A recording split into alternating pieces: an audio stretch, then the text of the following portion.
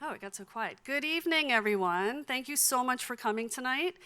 I am Jennifer Rittner, Interim Chair of Design Research, Writing, and Criticism. We are in an intensive one-year MA program at SVA that examines design in all its contexts and consequences. And we are, of course, thrilled to host this talk tonight with Milton Glaser and Walter Bernard, moderated by Anne Quito, who wrote and edited Mad Men, but is also an esteemed alumnus of our program. And I'm going to introduce Anne to you in just a moment, but first I'm going to give you a 2-minute pitch about design, research, writing, and criticism. Because in fact, tonight's talk offers an ideal context for considering the importance of design writing that reveals and contextualizes the relationships between the great products of design and their often invisible forces in our lives. Even when design isn't the story, design complements, frames, and humanizes the story. And where good writing brings us into contact with ideas, good design writing adds the lens of material visual culture to connect those ideas to emotion and meaning and lived experience. So in the Design Research, Writing, and Criticism program, which is spearheaded by Molly Hines, we invite students to develop their capacities for writing through design. Faculty like Stephen Heller, Carrie Jacobs, Leital Modal, Robin Pogreben, Alex Deleuze, and Adam Levy, they share their expertise in becoming critical cultural theorists who ignite provocative conversations about how design informs every facet of social life. And as many of our thesis graduates have already done, they hold up canonical and vernacular forms of making, from prison garb to freedom villages, from science journalism to street signage, subcultures and metamedia, board games, comic books, sanitation systems, historic houses, organizing systems, all are worthy of critical consideration. And our application deadline on January 15th gives you an opportunity to consider spending a gestational period of 10 intense months of study, honing the craft of design writing so that you can surface new conversations about design from your unique cultural, academic, and professional perspectives. Not only do we hope to welcome a robust pool of applicants to learn and grow with us, we'd also like to invite you in your various professional capacities to partner with us in becoming guest speakers and critics in our program. We want you to propose new courses and new fields of study. We invite you to suggest new internships and professional opportunities. We ask you to attend our portfolio days and thesis presentations, and of course, to help us grow a community of ethical design researchers, writers, and critics for the future. And of course, to attend and propose speakers for future lecture series like these. So I invite you to learn more about our program. You can come and find me or Eric or any one of our alumna. Here's Eric sitting in the front here. We have Adam Levy, one of our faculty here, to come and talk to us about how you can become an active participant in the design, research, writing, and criticism community. And with that, I am so pleased to introduce program alum Anne Quito, the writer and editor of the book we're all here to celebrate today. I actually did not have the pleasure of teaching in the program when Anne was a student here, but it's been an absolute delight learning about and also reading her work. Anne's MFA thesis, which was titled Designing a Country from Scratch, Nation Branding in South Sudan, explored the branding of that country, literally the process of establishing the identity of a new nation that emerged in the past decade following decades of civil war. Anne's particular lens on design writing examines the relationship between visual culture and politics, which she manifests through her work as a staff reporter at Quartz magazine. But Anne has written about a lot of topics, and in no particular order, Emmanuel Macron, WeWork, Braille, Play, work that's appeared on Quartz and Eye on Design, Metropolis Magazine, and 99U, among other publications. And I think it's a pretty impressive range of topics by an extraordinary writer, so I'm absolutely delighted to introduce Anne Quito, who will also introduce our speakers tonight. Thank you, Anne. Thank you, Jennifer. It's so great to see so many of you here.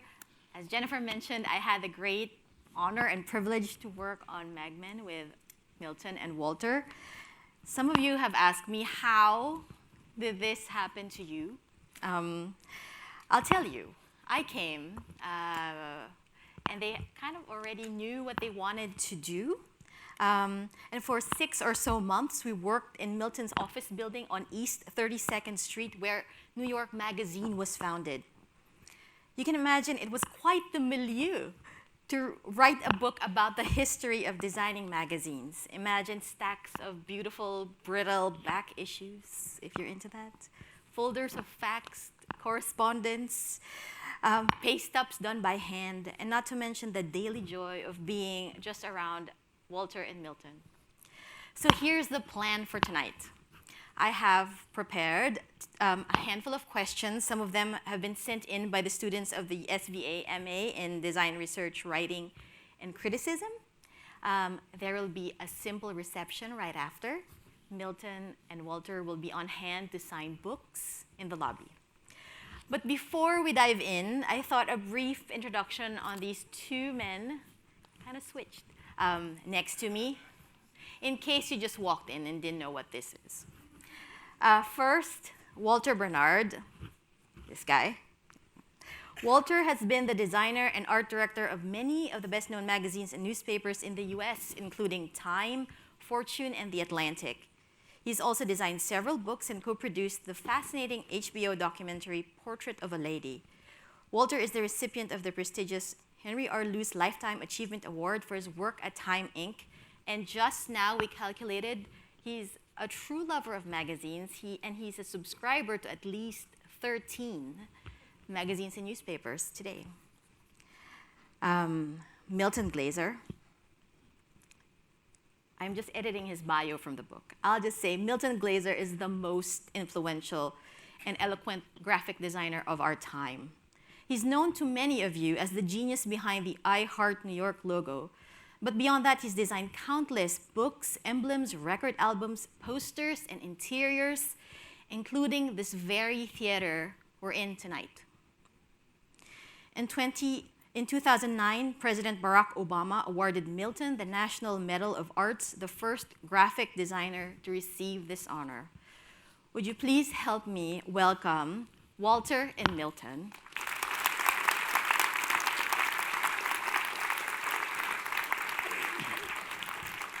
All right. My first question, as an introduction, I've been thinking about how magazines and books shape our sensibility and our worldview. I wonder if you could give us an idea of what you read as kids. Walter, you grew up in New Jersey, Milton in the Bronx. Could you cite some of your favorite magazines growing up? I read comic strips, Smokey Stover, Terry and the Pirates, Superman when he finally emerged. I was already 10 or 12 years old. I read the Saturday Evening Post and Collier's, and I was a sucker for anything visual, whether it was an illustration or a photograph, and I always loved pictures. And for me, a magazine was basically a parade of pictures. But I was deeply influenced by them, and particularly as every other kid that ever went to art school was, I started by tracing comic strips. Well, I came a little later than you did, so I did see the Saturday Evening Post. My father and mother had Collier's and the Saturday Evening Post. We lived in New Jersey. We got the Daily News and the Daily Mirror from New York. That was my insight into the big city. We also somehow, at one point, got Time magazine. And in the dentist's office, I saw Esquire. And that's when I really wanted to work in magazines. I loved the idea of Esquire. Henry Wolfe was the art director at the time, and he signed his covers. I mean, he wrote his name on some of his covers, and I thought that was really great. Also, inside, there was a list of all the people who worked on the magazine. And I thought, that's great. They put your name on every one of them. I thought that was great. And so visually, I was influenced by Esquire. And at the time, there were a lot of paperback books, as you all know. And the other name, whose signature I could recognize at the time, you can't recognize it now, was Milton Glaser's. He actually had a clear signature on his illustrations, and he did so many paperback novels, the Shakespeare series and others, that you could not escape the uniqueness of his work. So that was my introduction to visual material. Great. I want to say something about the peculiarities of early experiences, or perhaps all experiences, where you don't know what they're going to lead to. I remember as a child looking at the crude halftone reproductions of the comics on the weekend in Daily News and Daily Mirror, and discovering that they were all made out of little tiny dots. For those of you who are very old, you realize they were called Ben Day patterns, named after somebody named Ben or Day, I don't know which. But if you took a glass and looked at them carefully, they exploded into little overlapping points that, by virtue of their proximity and differences in tonality, produces a full range of color in quite a miraculous way. The idea that these little tiny dots could reproduce the entire quality of a human face in actual color, with the nose being more red than the ears, astonished me. And I discovered this affection for dots that has followed me throughout my life, as recently as 1 or 2 years ago, where I began doing dot studies of forms, overlapping forms, still dealing with the miracles of transparency and proximity, which was really my earliest introduction to this so-called field of graphic arts. I love that. One thing missing from your bio is that you co-founded New York Magazine in 1967 with Clay Felker. Since you were the only one there, could you tell us why and how you wanted to start New York Magazine? Well, Clay was the editor for a while of the Herald Tribune Sunday supplement, which had a magazine called New York in it. And he worked there for a while. And after that, publication closed, and the New York insert was removed. Clay discovered that he could buy the rights to the name New York for a magazine, and at a relatively modest price. And after that, he said, one evening as we were having dinner together, why don't we do a magazine called New York again? The old New York in the Herald Tribune was a prototype for where we began, and we started very much in the pattern that it has established. That pattern didn't serve us entirely well for many obvious reasons, one of which was that the magazine itself had to be visible, and the old one was an insert and didn't have to be. But that difference in where the magazine was located changed, as everything does, the content entirely. So we started doing it in a way that was a step down or up from the old one, and then discovered that was not the right path. And when you say that, it had a great impact on the cover, on your cover approach, right? Right. We just saw on screen the first, I think, 2 issues of New York Magazine. And then you changed because you had to compete on the newsstand. Well, the old editions had stock covers that were unrelated to the content of that issue. They were just beautiful scenes of New York and New York events. This is a photograph, actually, we commissioned from J. Maisel, a wonderful photographer. But we would never do a cover at this distance from the subject as we did at the beginning. And we soon discovered that stock covers, which say scenes of New York, was not working on the newsstand. When I got to New York Magazine, I opened one of those file drawers and found proofs. Some of them were stock, but some of them were commissioned. They were people like J. Maisel and others who had done photographs that had already been selected, and they were all engraved and all ready to go for maybe the next 6 months. But Milton, after I was hired, realized that you can't put 40 cents, the magazine cost 40 cents at that time, that was a lot of money, 40 cents for a magazine that looked like the one they got for free only months ago. And suddenly we had to actually do covers every week. I think there's a slide here when the covers kind of suddenly changed. Yes, and you can see that one of the hallmarks of New York early on was a reliance on illustration. Photography was, A, difficult to reproduce in some cases. We had a short deadline and not a good engraver. And drawings actually printed much better. Also, they could be done quickly. I think I went ahead of myself. I forgot to probe. How did you meet? Why did you hired? Well, like most of the people in this room, I was a student of Milton's at SVA at night. I went to a terrible school up the street called the Art Career School in the Flatiron Building. And I later learned that there was a new school starting on 23rd Street. I went down there to look it over, and there was a brochure, and it showed half of Henry Wolf's face and half of Milton Glaser's face. And it said, designed for the written word. Picture.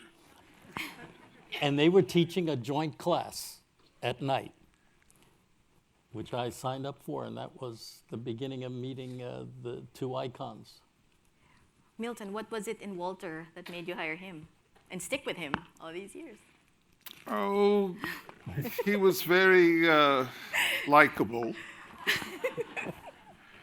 He had tremendous energy, enthusiasm. He knew what he was doing. He had a good sense of order, organization, and we got along. The mystery of human relationship is really so fascinating. You see people engaged, you can imagine what keeps them together, and others who don't seem that they'll ever speak a civil word to one another, but turn out to love each other. It's very mysterious. And I have benefited enormously from partnerships throughout my life. I've had wonderful partnerships. In fact, I've only had good partnerships. And it is a very complex interaction, as you know. I'm telling you something. You all know how complex any other human being is and how changeable they are and how adaptive you have to be to make something work. But Walter and I got along exceedingly well. We still do to this very day after 60 years or so. And it was a great pleasure being with him and finding that we were in agreement about what we wanted to achieve. I wanted to mention one thing about the covers, that during the golden age of magazines and Collier's and Saturday Evening Post, they really depended on illustration before the development of sophisticated photography. And they had some of the great illustrators of the world. And then gradually, photography began to replace illustration as a form for most magazines. Almost all magazines became photographic for any number of reasons, including the sense that they were real at one point as opposed to imagined. And we saw the opportunity, in addition to the fact we had a functional requirement, which is we didn't have the money to pay or the time to use photography. We found that there were innumerable genius illustrators around the city who could do astonishing work and get paid very little money and would work through the night and through the day to meet a deadline. And we produced innumerable covers that were based on an illustrative form, which also at the same time separated us from everything else that was going on at the time. At the same time, though, we did discover, and not that we discovered, but we were able to use some photographers, Carl Fisher, Dan Wynn, Jay Maisel partially, but photographers who made their money in advertising and loved New York Magazine. And they would do enormous jobs for us for $250. and because they enjoyed it. And Carl Fisher and Dan Wynn and I'm sorry, I'm not naming the others, Matthew Klein, others, did an enormous amount of covers for us in overnight, in many cases, building sets because they had studios, most of them with carriage houses and a staff of 4 or 5 that could really turn things around. And they worked for us the way they worked for big advertising clients. And we got some really very good results.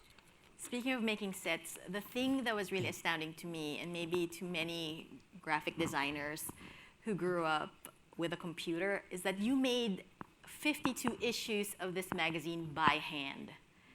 It seems miraculous. That It you is. It is. That you would produce a weekly by hand.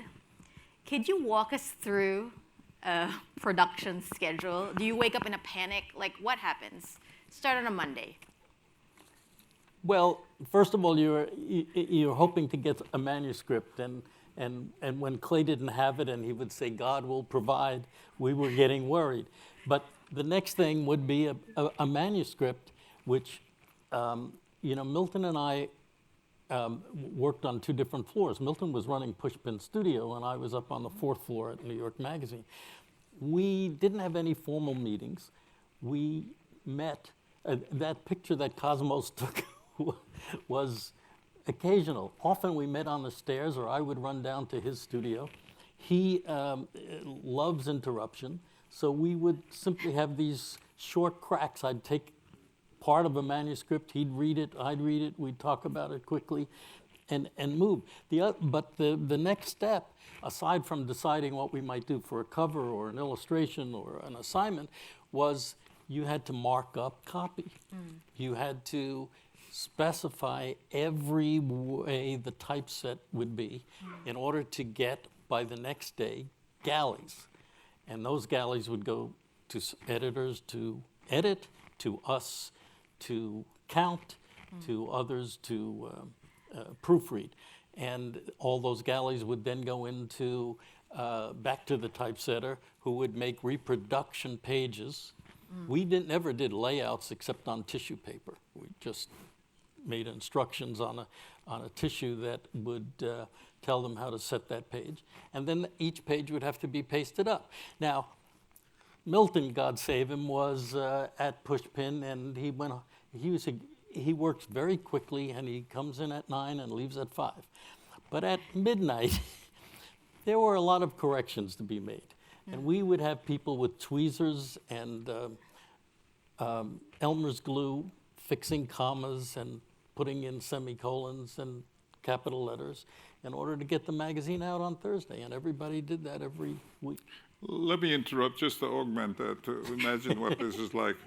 You get these proofs in, they're still wet for the printer. You have to do something, a term that no longer exists, powder to the proof. Yeah. That meant taking some talcum powder and sprinkling it on the proof so it would absorb the excess ink so the proof would not smear a moment later when you were putting it down. And then you have to cut them into galley sheets and paste them down. And then if there is an error in spelling, somebody would go with a razor blade, cut out the A or B out of it, pick it out, get another correct A or B, put a little bit of rubber cement on the back, and paste it back into that space. Can you imagine anyone ever doing such a thing? Well, not since medieval times, anyhow. But the complexity of doing that and the investment in human labor, not to say eyesight, was so fantastic, but we didn't know it. No, it seemed very...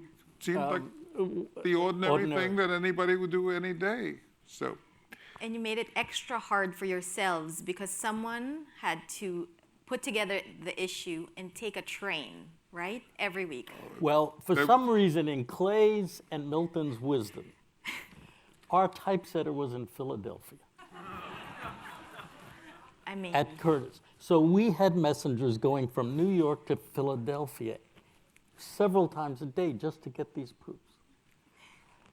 I think about 2 years later, we finally got a typesetter in New York.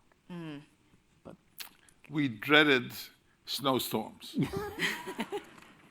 Did you ever miss an issue during that time? Never. No. There was a rumor that a truck was hijacked once Oh. on its way to Buffalo, and that the magazine wouldn't be delivered, but it turned out to be not true. Thank So goodness. we were, otherwise we were all going to have to go back and start from scratch to do an issue. Milton, you were not only the magazine's co-founder and design director, but you're also one of its food critics. Can you tell us about your underground gourmet days? Well, I had a good friend, Jerome Snyder, who's no longer with us. He was a wonderful illustrator and art director, Scientific American. And we had a long relationship, and we loved to astonish each other on the cheap restaurants we had discovered around the city. And one day we said, we should do this as a column. The one thing people want to know about in this city is where to find cheap, good food. But magazines are not interested in that because cheap restaurants don't advertise. So there was never such a thing as coverage of cheap restaurants in the city, ever. No one would do a piece on a little joint in Harlem because they couldn't take out an ad.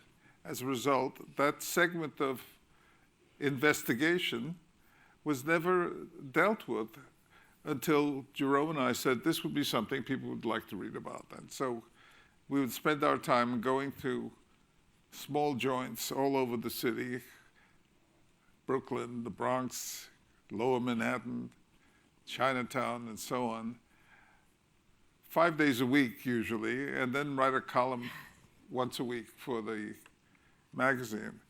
But it had, I have to say, an enormous effect on life in the city, because in those days, it's hard to believe, people thought that outlying neighborhoods were so dangerous, they wouldn't go eating in a ethnic neighborhood. They wouldn't go to Chinatown, they wouldn't go to Harlem, they wouldn't go anywhere where they thought there was some danger or threat. And this idea that this was a great attribute of the city, that's one of the great things that New York has to offer, is this extraordinary range of ethnic food and unusual food and isolated things that you never could taste anywhere else in the world and so on. And that was one of the great discoveries that we made, was a connection with most people who lived here, who realized it was possible and even socially approved to go to other parts of the city to find out what the food was like. I think, Milton, Underground Gourmet also was very important to New York Magazine because, unbeknownst to us at the time, it really bonded the reader with the magazine. The magazine at the beginning, and this is in 1968-69, had to prove to its readers that we were on their side. And that was the whole idea of Clay and Milton when they started, that this magazine was about New Yorkers, done by New Yorkers, for New Yorkers. And Underground Gourmet was one of the key elements, along with a few others, that really bonded us to the city. Because it became very popular. We, from a little column, it became big features, cover stories. We had wonderful competitions. And I got to eat with Jerome and Milton, at least twice a week. I mean, where we'd go to a restaurant and try everything. Before I move on from Underground Gourmet, I want to call out Milton's obsession with Chinese cuisine. Could you tell us about your interest in Chinese food? Oh, I don't know. You compare it to drawing. I studied Chinese cooking. First of all, it's so rational to be able to cook everything in a single pot. What a brilliant idea that you could do all your cooking for a lifetime in one pot. And that led me to the idea they must know other things about design as well. Anyhow, I studied. It's a wonderful cuisine, extraordinarily rich, and all Jewish kids from the Bronx love Chinese. Exactly. And but Chinatown was largely one of those unknown quantities for people who lived here. And I have to say that part of it was the fact that you would really get to understand that beyond your own enclave, there were other parts of the city that had something to do with you. And now I am astonished when the New Yorker runs cheap restaurant reviews. They never would do that in a million years. Absolutely not. I want to pick up on something you said about New York Magazine's distinctive use of illustration. I think it wasn't that you used illustration to fill up space, but you used illustrators as visual journalists. I received this email actually from the faculty director of from Washington University in St. Louis. He manages Robert Weaver's archive.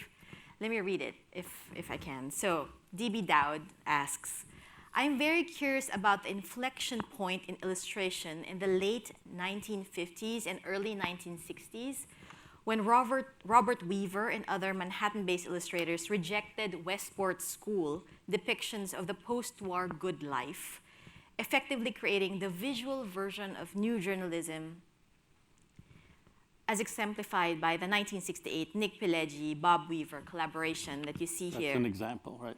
He says there's virtually no literature about this. Can you address or describe this shift from your perspective at New York as an art director and illustrator?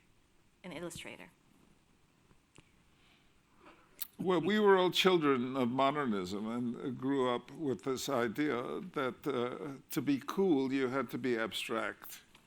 And so a whole generation of young people grew up thinking that geometric forms were the most informative of all forms, and that abstraction was actually superior to what was realistic or narrative. And we were at a point in which there was a return to the idea of information being conveyed through illustrative means as well as through abstract means. And I have also to say from my own experience in life is that I make absolutely no distinction between design, illustration, weaving. All of these are manifestations of communicating ideas. And we used illustration to communicate ideas, not to be decorative and not to fill the pages, which is characteristic of magazines. But we always used illustration to support and amplify the narrative. And we had a couple of very unique practitioners of that. Robert Weaver is example, and Jim McMullen. Both of them we're not doing models the way that, as you say, post-war illustration was. They were reporters. The original thing you saw up here was an assignment to Robert Weaver to cover the story about the police. And in this case, it was about the Little Italy. Nick Pileggi wrote a wonderful story about his experience in Little Italy. And Robert just spent days down there drawing. And his drawings were not sketches to be refined somewhere else. They were his sketches and they were his finishes. And he was just marvelous reporter. It was sad when his eyesight began to fade many years later. When I was at Time, he did a cover for me, but he couldn't see well anymore. But his insight and that early magazine that Milton did, he used Robert right from the beginning. But that this Little Italy piece was just breathtakingly beautiful. And not only that, it reproduced well. For some reason, we could reproduce his illustrations better than we could reproduce anything else. It's important to observe, even as you're looking at these things, that these drawings, from my point of view, are as good as Delacroix or any of the 19th century French draftsmen. They are superb drawings. The fact that they're in a magazine and reporting on life in the ghetto, whatever the subject matter is, doesn't elevate them to the same position. But they are, from a point of view of draftsmanship, observation, communication, they are extraordinary drawings. And we were lucky enough to be able to use Weaver, and his work really resonated. People looked at those and were very moved by the sense of gesture and quality that it looks like a simple pencil drawing. I don't know why, but you can tell the genius behind them. And you had one staff illustrator who you used as a visual reporter. Oh, yeah. Right? And in the book, you described that you and Clay wanted to revive, I don't know, the tradition of Winslow Homer in Harper's Weekly. Yeah, there was a guy, there was a guy, I don't know, I think Clay must have heard of him. There was a guy working in England. We liked his work, Giuliani, and we went to England. I mean, we went to London and we looked him up and we offered him a contract to come to the United States and to be, of all things, a staff illustrator, something that hadn't occurred for many years. And he came and he was brilliant. He did this kind of flat-footed painting. I don't know quite how to express it, but they were sort of, in a certain way, naive and free of the sense of artifice. As a result of that, they became enormously convincing as imagery, and he would put a group of people together like we did for Should These Guys Go to Jail, and you would see the anguish on their faces, and it would look somehow not photographic, not illustrative, but totally convincing. Mm-hmm. Yes, and he was the instigator for us, or he gave us the ability to do a kind of series that we had done, which was the Hidden Watergate and the Mafia at War. Even though we used many other illustrators because it was such a big project, Julian did most of them. It was the fact that he could do it, and he could recreate scenes in which you had the reporting but nobody ever witnessed. Recreate them so convincingly and beautifully that he became invaluable to the magazine. Apart from illustrators, you also had great photographers like the scrappy Roz Kelly, who got an incredible shot. Oh, Roz Kelly came up to me one day with a portfolio and said, "I'm a great photographer, I could do anything." And she kept, by the way, on the 4th floor at New York Magazine, I don't remember whether we had any receptionists, but the fact is anybody could come up. And the next thing you know, somebody'd be at your desk. Look at my pictures. Oh, I don't have time now. No, look at my pictures. Anyway, she started dancing on the table. And I finally decided I'd give her an assignment. Albert Goldman was doing a piece on Jimi Hendrix, who was doing a concert. And we knew, because Albert Goldman was doing a story about him, that Hendrix stayed at the Drake Hotel. So I said, "Roz, here's what you do. You go to the Drake Hotel tonight about 6 o'clock because he has got to go to the concert venue and he's going to come out of the Drake Hotel. You just take a picture of him and we'll use it." This was a back of the book story. It wasn't going to be a big story. The next morning,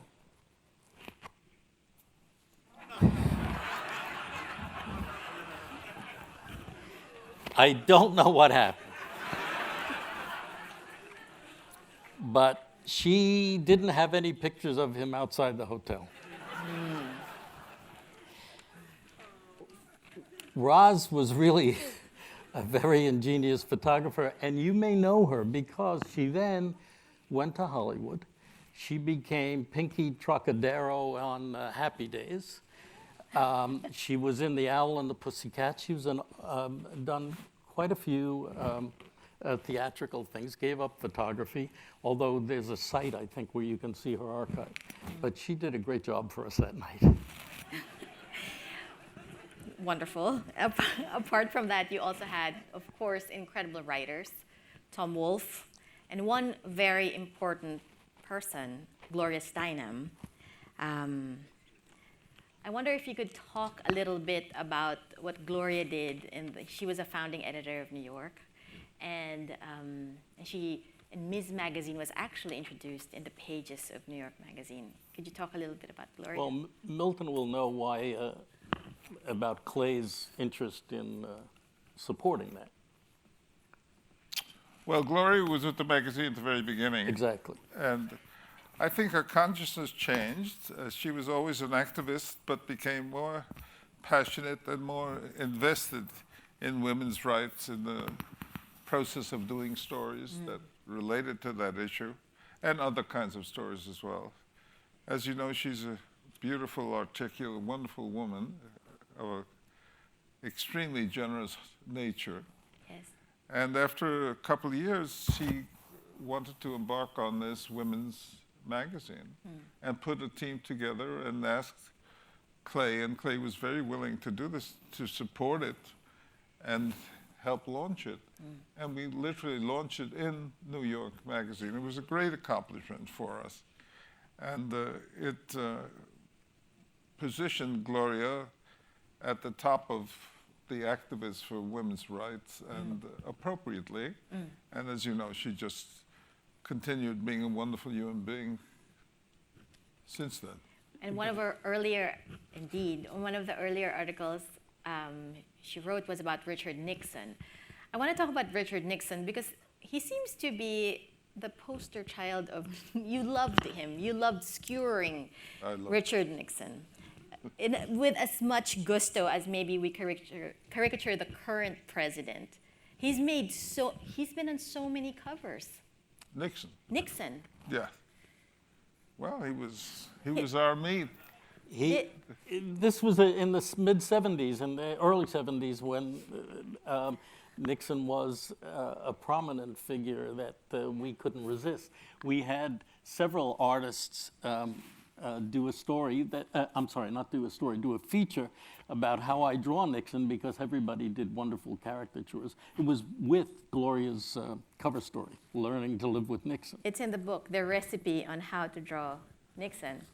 And a few more, maybe. We loved it. It's one of the interesting things about the nature of perception. How is it that we can tell every face in the world as being different from one another, with only these little elements of distance between the eyebrow and the eye to guide us? Well, how could this be no other human being but Richard Nixon? I mean, there's no information there except a hairline, but that is sufficient. It couldn't be anyone else. It's brilliantly realized By David Wilcox. But it's just an astonishing piece of work. The other thing that really is our favorite, somebody said it was the funniest thing ever published. I think it's true. It's the Nixon eggplant. Somebody came up, one of our contributors came up one day and had a box. I said, "What's in the box?" She said, "It's the Nixon eggplant." I said, "What are you talking about?" I said, "Nixon eggplant." "I don't see anything. What is that?" She pulled it out. I said, "That just looks like an eggplant." And she said, "Oh, yeah?" And then she turned it around. And voila! And these are pre-Photoshop days, but to be sure, to ascertain that no manipulation happened, you got what? Yeah, well, we put in a little certificate, say, with a notary saying that was guaranteed, unretouched. Well, that notary was Jerome Snyder. Huh? Jerome was a notary, and you could see his signature. Jerome Snyder signed it. Yeah. But it was actually, he was a legal notary. And then one of the editors took it home and had it for dinner. Is that right? Byron Dobell had it for dinner. That's what we heard. So in 1977, all the joy and shenanigans at New York Magazine quickly came to an end because of Rupert Murdoch's takeover. There's this great photograph of this day with Clay Felker standing on a desk. Yeah. Could you tell us about this day? Could you take us to the newsroom on that day? Well, it was a sad day, partially because Clay brought it on himself, in that he could never get along with the board of directors. And they were always wanting to do things, and Clay didn't want to do them, and whatever else it was. Actually, he was heroic in his resistance to editorial interference. And everybody said, and Clay didn't have the votes to change it, that they had enough, and they wanted to sell the magazine and put the magazine up for sale, and Rupert Murdoch bought it, who incidentally may be the most evil man in the world. Well, somebody's trying to best him right now. But in any case, Clay rose to the occasion and gave a talk that was actually very inspirational and very moving. And how many people quit the next day? Well, 60, 70? January Almost 1st, everybody walked 1977, out. he took over, and December 31st, we were all gone, basically. Or a lot of people. No, a good part of the staff in all left. fairness, there were young people who needed to work. They, you know, Milton had Pushpin Studio. I was going to just look for another job, but there were other people who, you know, on January 2nd, they couldn't suddenly take their portfolios and run around. So some of them stayed to produce. No, but Walter, it's very unusual if somebody gets fired for the staff, half the staff to walk off the Well, that's on true. any A lot, circumstance. and most of the top editors left. Yeah, it was an extraordinary act. And it actually demonstrates the cohesion and the affection we had for one another and being at the magazine. It was a wonderful place to be. Now, moving on from New York Magazine, so the book actually details a lot of your magazine work. And one of the magazines that you designed early on is Paris Match, Milton. And you did this in record time. Could you tell us about your weekend in Paris? Oh, that's funny. Yeah, it's one of my favorite self-inflating stories. I got a call from the editors of Paris Match through a friend, an associate. Prouveau, who's the editor-in-chief, asked if he could have lunch with me. And I had lunch, and he said, I'd like you to redesign Paris Match. It's become old and fuddy-duddy, and I want to bring it up to date and have a really inspired, fresh look and new approach. And I said, well, you know, get me some issues. I'll take them back to New York and do a study for you, and in a couple of weeks I'll outline a proposal. He said, no. I want a Thursday. So I found that idea very appealing. And we got the team together. I speak no French. We got the team together, and somehow through hand signals and rudimentary English and so on, we worked for 2 days through the night, only bolstered by some oysters and champagne. And we actually did it. We actually completely redesigned the magazine front to back, and it came out the following week as an entirely new magazine. And I say in the book, I went out that night, it was about 2 in the morning, and I said to myself, Paris, you owe me one. And there's a trick here, right? You added the word nouveau. Oh, I folded down that. I had to keep the sense that it was not a new magazine that they hadn't heard of, but also that something had happened that they should pay attention to. And so I folded down the corner to make a little nouveau Yeah. somewhere. There it is. There it is. You also A cheap trick, but it worked. You also designed Audience magazine, a short-lived, beautiful magazine. Yeah, it was a nice heart. I did that with Seymour Cross, my partner at the time. It was a beautiful magazine.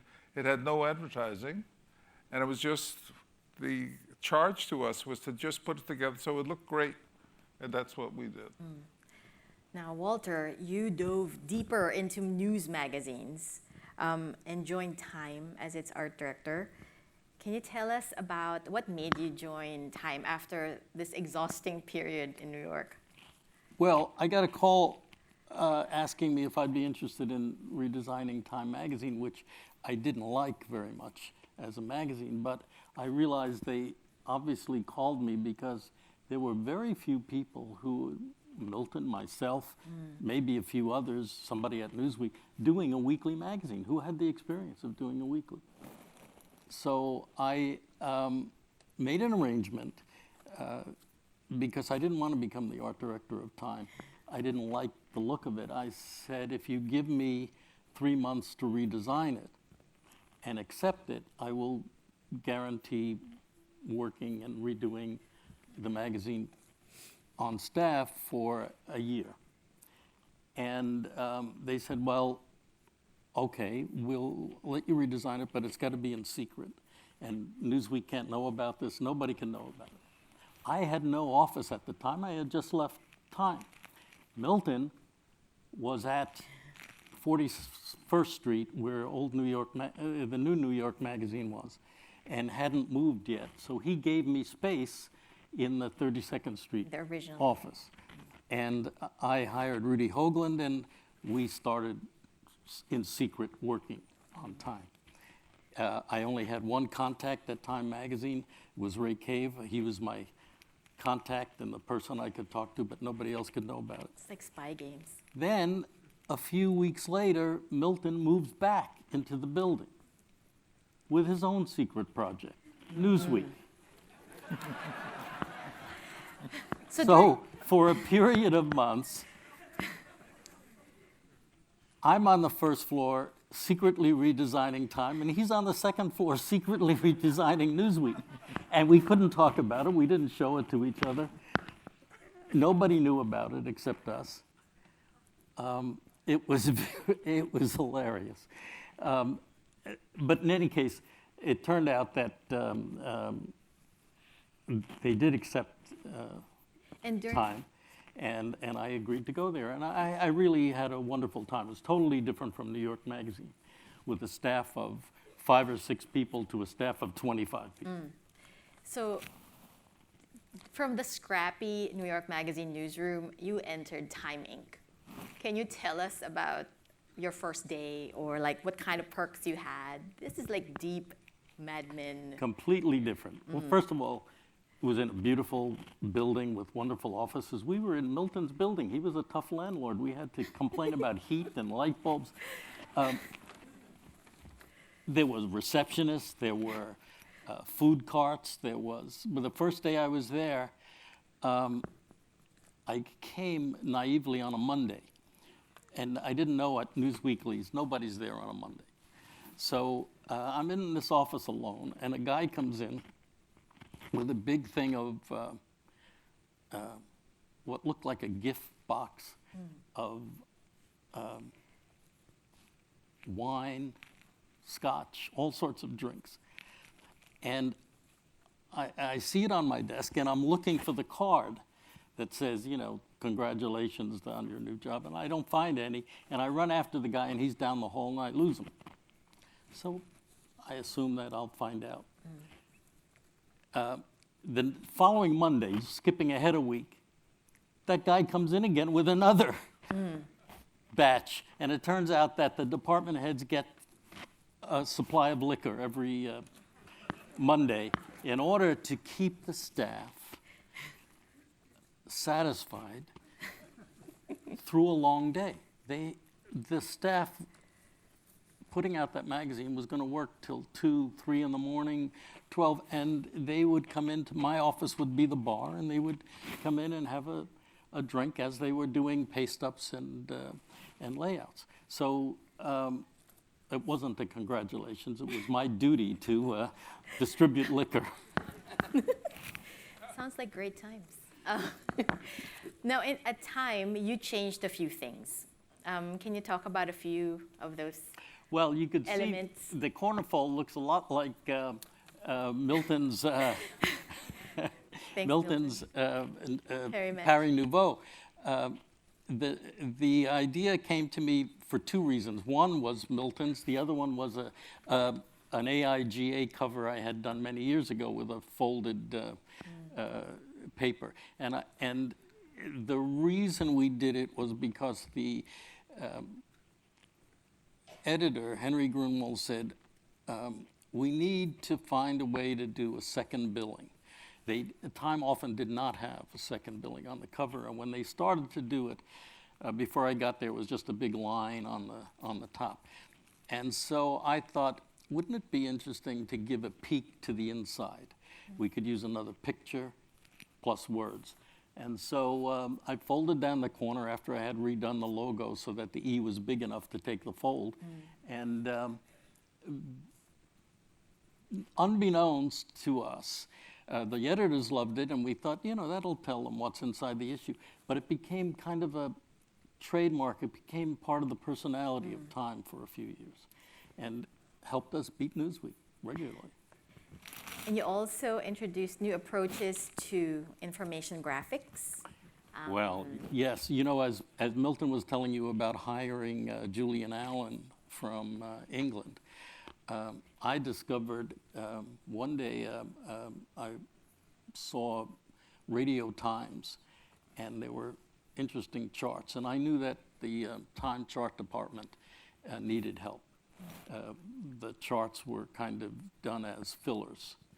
So Nigel was taking a vacation Nigel Holmes was taking a vacation in New York, and he came to see me and showed me his portfolio, and I thought, how would you like to move to New York and work for Time? And he agreed, and I did exactly, except I had better resources than Milton and Clay. I don't know what they paid Julian, but Time moved him and did made it very easy for his family to come here. And he revolutionized charts and graphs. Now, the example you see there is a little over the top. It was one of the first ones he did, and we calmed him down after that. But it changed the nature of how that was used. First of all, it was used as you can see, almost a full page here. And charts did not become these fillers that if an editor needed another 10 lines, it got thrown away. They became the major part of information graphics. And really, again, helped change the personality of the magazine. You were also He did a great job. You're also a time when it changed its definition of Man of the Year. Maybe very briefly talk us through this cover. Well, as you know, that Man of the Year, its original premise is to name the person, and of course, in those days, it was Man of the Year, who influenced the news of the world for good or evil most profoundly. And in that year, the Ayatollah Khomeini coming back from France to Iran and taking over was, and the hostages, taken the US hostages, was the most influential person in the news that year. Now, previously, Time had Hitler and the Emperor of Japan and I think Stalin on the cover, to no problem. When we put him on the cover, we were boycotted. Newsstands wouldn't run it. News distributors didn't want to distribute it. Advertisers were mad. Everybody was up in arms because they hated the Ayatollah. How could you give him this honor? He said, it's not necessarily an honor. Well, after this, Time made it an honor. The reader's influence changed the fact. Now when Time does Man of the Year, or Person of the Year, or Woman of the Year, it's not about making the most news anymore. Even though they say that's the premise, you can see that that's not true. You could see it when Rudy Giuliani was the Man of the Year in 2001, when obviously the person who made the most news was Osama bin Laden. So I'm going to leap to the end of the book where about, in 1982 you formed WBMG, not a radio station, but actually a design consultancy, and you designed Fortune, The Atlantic, Washington Post, Lear, Modern Maturity, and The Nation, and many others. I wonder if you both worked on staff of magazines. Did you like this mode of coming in and out of existing publications and sort of rethinking them? Yeah. I don't like, personally, doing any one thing too frequently. The nice thing about redesigning a magazine in those terms is that it's a finite experience, that you're not doomed to spend the rest of your life with people you don't necessarily want to be with. The nice thing about a magazine like New York was that we all wanted to be with one another.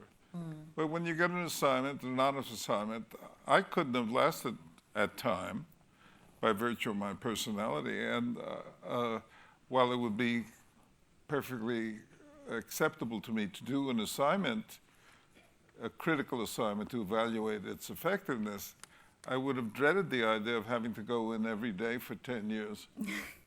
I only did 3. Have the same conversation. So anyhow, yes, So you liked the answer it. to your question You liked is it. I like In doing and out. short-term, quick pickups. And we had a good time. With, the reason we started WBMG is because Milton got a call from Jimmy Goldsmith, who's pictured here. And he said he bought a new magazine in France and wanted Milton to redesign it. I almost simultaneously got a call from Ben Bradley in Washington saying, how would you like to redesign the Washington Post? I thought, wow. But again, I didn't have any place. I had left time. I had no studio. I had no staff. And redesigning the Washington Post was no small project. So I called Milton and told him about it. And he told me about Jimmy Goldsmith and said, well, why don't we work on it together? And we decided to get back together. We knew how to work together. We knew how to work by interruption. We knew how to not have meetings or memos or anything like that. We formed WBMG. The first 2 clients were Washington Post and Lear. I'm going to leap to the end papers of the book. One of my favorite parts, really. In the book, you make a specific decision to feature magazines that failed to launch or didn't really take. And on the end papers, you publish some catty hate mail from readers. Why do you think it's important to acknowledge failures in this book? Well, I don't know how you can deny them. Or another way, how do you handle criticism in your work or maybe in life? I don't know, Milton,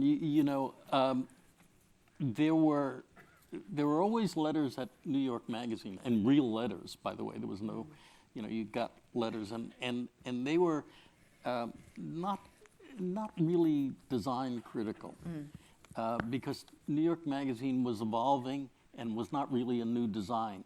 So people were critical of articles, et cetera, and sometimes they didn't like a cover.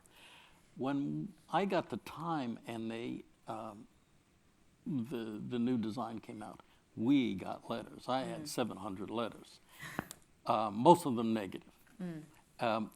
Mostly negative in the sense that why did you change my magazine? And even though circulation went up and newsstand went up and people got used to it, that was the kind of reaction. Sometimes you would get criticism that was more specific, but mostly it was, what have you done to my magazine? And I started collecting those. And by the way, we also got some that were positive. If you ever have a chance to peek at Walter's collection of catty hate mail, it's incredible. The glory days of reader trolling, there are telegrams, there are letters and diagrams. They're incredible. How about you, Milton? How do you handle criticism? I can handle criticism from anyone except my wife. Should we leave it at that? There is a larger question here in terms of how anyone responds to criticism or to resistance, in fact. And one of the things that's very difficult from a career point of view, and for somebody who has aspiration to succeed in life, you have to decide whether you're going to become a specialist or not. And you become a specialist, you pick a category that you become noted for, and then you become noted for it, and people ask you to do more of it. And before you know it, you're doing it all the time, whether you like to or not. That imprisonment that occurs professionally is something I've tried to avoid all my life.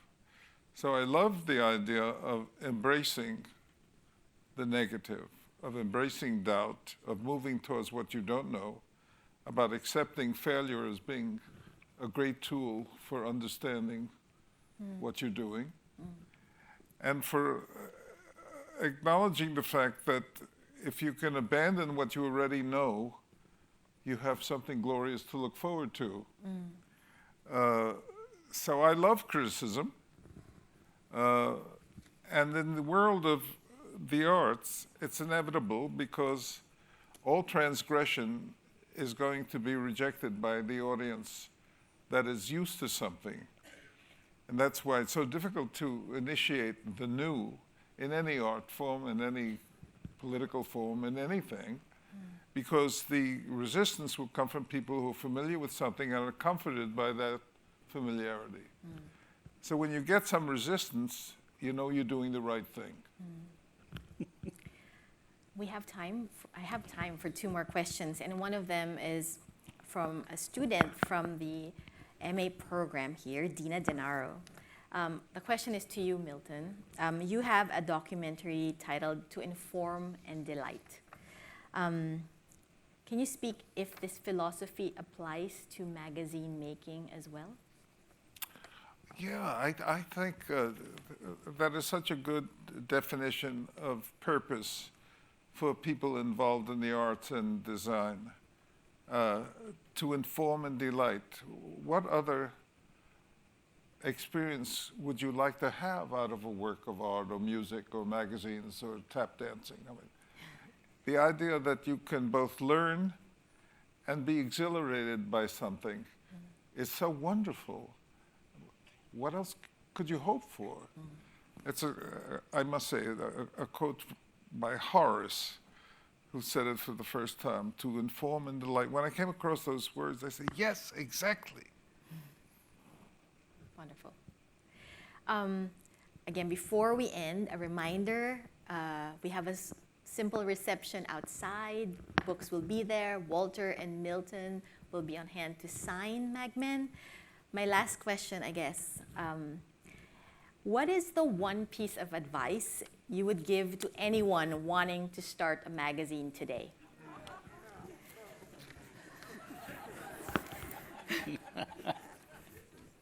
You know, we were looking today at mag culture in England, showing a huge amount of new magazines and older magazines, but independent magazines. They were very inventive, but they are magazines of a new era, the era of working on a magazine like Time, in which you know that 6 million copies are being printed every week with your name on it, is just gone. These magazines, some of them beautiful, well written, all about, there's a couple